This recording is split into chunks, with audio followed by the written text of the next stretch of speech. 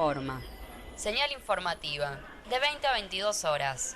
FM 101.7, la Subterradio. Conectate www.subterradio.com.ar.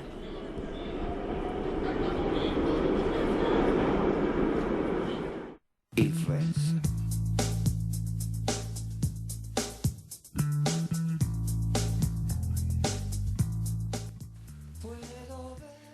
...21:19 de la noche y seguimos en esto que es señal informativa, el programa de la Secretaría de Prensa de la GTSIP del Sindicato del Subte. Estamos transmitiendo a través de la Subterradio en FM 101.7 MHz y también a través de internet en www.subterradio.com.ar.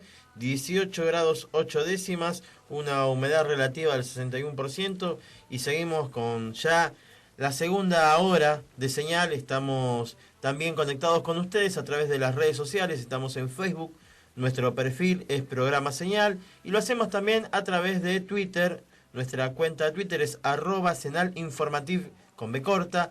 Ahí Flor va subiendo comentarios y fotos de lo que se viene desarrollando durante este programa. Estábamos escuchando al principio de este bloque un audio de Feynman, y que estaba hablando y detallando una parte de la vida política del peronismo y hablando sobre un personaje importantísimo, como lo fue John William Cook. La semana pasada, el viernes, se esparcieron sus cenizas en el Río de la Plata, en un acto donde estuvo el vicegobernador de la provincia de Buenos Aires, Mariotto, más el hijo de su compañera que fue desaparecida, tengo entendido Sí. así, cumpliendo con la última voluntad de John William Cook, un personaje de aquellos muy apasionante para los que quieran aprender sobre política, sobre historia política de este país.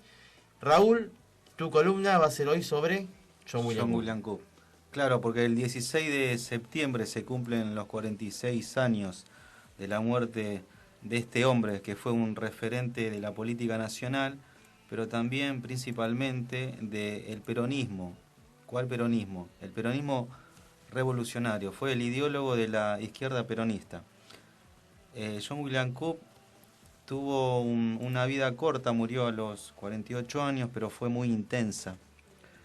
Su compromiso y militancia por los ideales revolucionarios lo condujeron a visitar muchas cárceles, a sufrir el exilio, a tener que tirotearse en el año 55 con los militares que intentaron un golpe, y también a pelear en el Caribe cuando se alistó en el ejército bajo las órdenes de Fidel Castro en esa invasión del Imperio norteamericano que fracasó afortunadamente. John William Cook fue un teórico y un intelectual de aquellos. José Pablo Feynman lo ubica en la talla de Jean-Paul Sartre, del filósofo francés. Fue diputado muy joven, a los 25 años, y tuvo una labor parlamentaria, se puede decir, muy apasionada, muy intensa y muy polémica también. Cuando el gobierno del general Perón decidió cerrar el diario La Prensa, que era una situación muy difícil, no tuvo mejor idea que designarlo a John William Cook para que defienda la medida. Y John William Cook, como decía José Pablo Feynman, se mandó un discurso de aquellos, memorable, inolvidable. Empezó diciendo que el diario La Prensa era el enemigo de la clase obrera, que el diario La Prensa defendía los intereses extranjeros, que el diario La Prensa era los dueños de la tierra, eran los oligarcas, eran los terratenientes, la clase dominante, lo que eran los dueños de las vacas. Dijo que el diario La Prensa reclamaba por la libertad de prensa, pero en realidad lo que reclamaba era por la libertad de su propia empresa, de su propio poder, de su propia familia, de su propia tradición, y también de la tierra, que eran de los Gainzapaz, que eran una familia muy rica, de tendencia conservadora liberal, que había de alguna manera deformado la realidad, como hoy podemos apreciar en un medio dominante que no voy a dar el nombre porque ya todos lo conocemos. Pero también John William no fue un diputado fácil, digamos, cuando tuvo que cuestionar, cuestionó al mismo gobierno. Y fue el único que le dijo a Perón cosas que nadie se atrevió a decirle.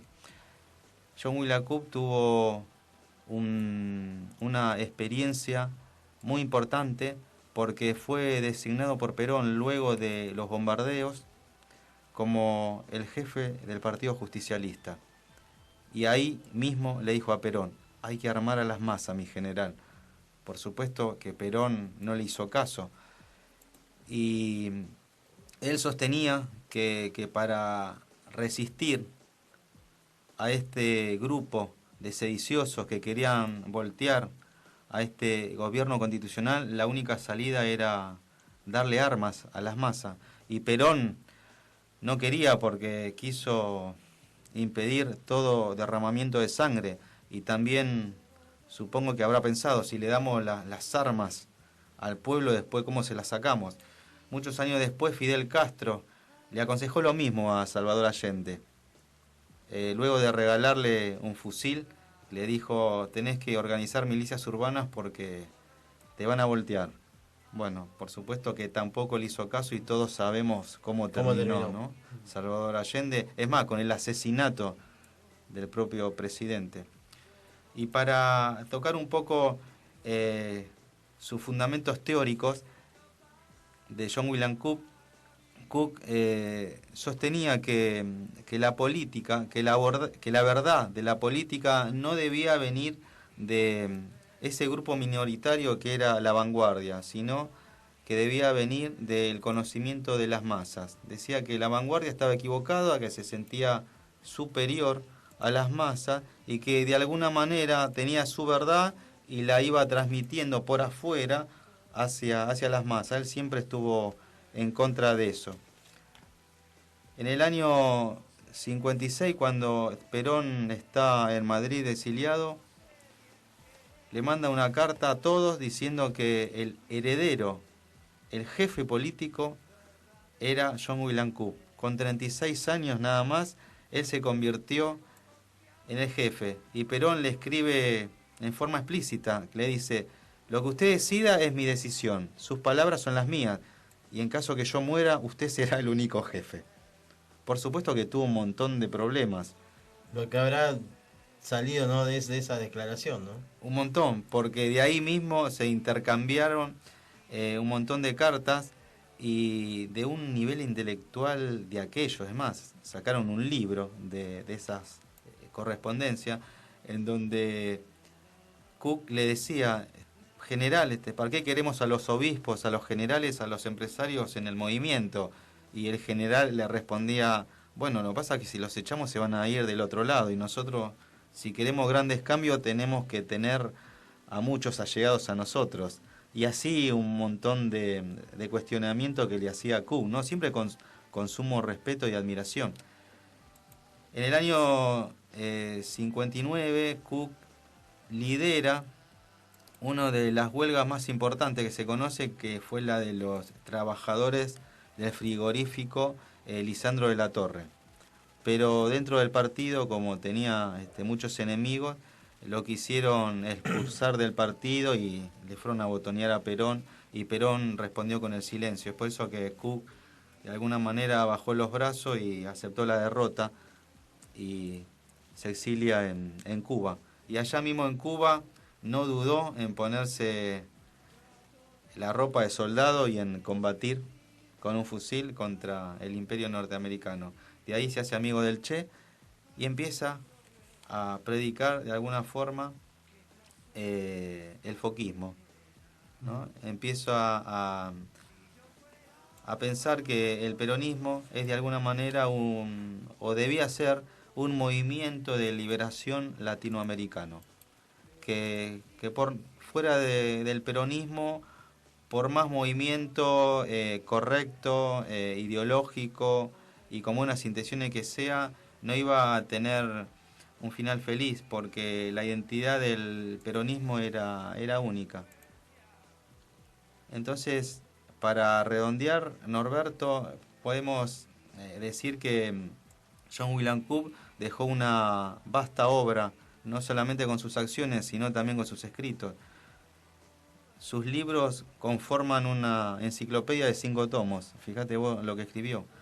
Y es algo que tenemos que tener en cuenta tanto los militantes y los dirigentes para recordar a ese hombre que fue un ejemplo de lucha, que fue una persona de ética, una persona que no era un obsecuente, que en esos momentos, bueno, había mucho, y es por eso que Perón lo elige para que sea su sucesor, y él tiene muchos enemigos, sin embargo él nunca bajó los brazos. Y bueno, voy a citar una frase de San Martín que decía: cuando la patria está en peligro, todo está permitido, menos no defenderla. Y John William Cooke estuvo a la altura de la circunstancia para defender a la patria.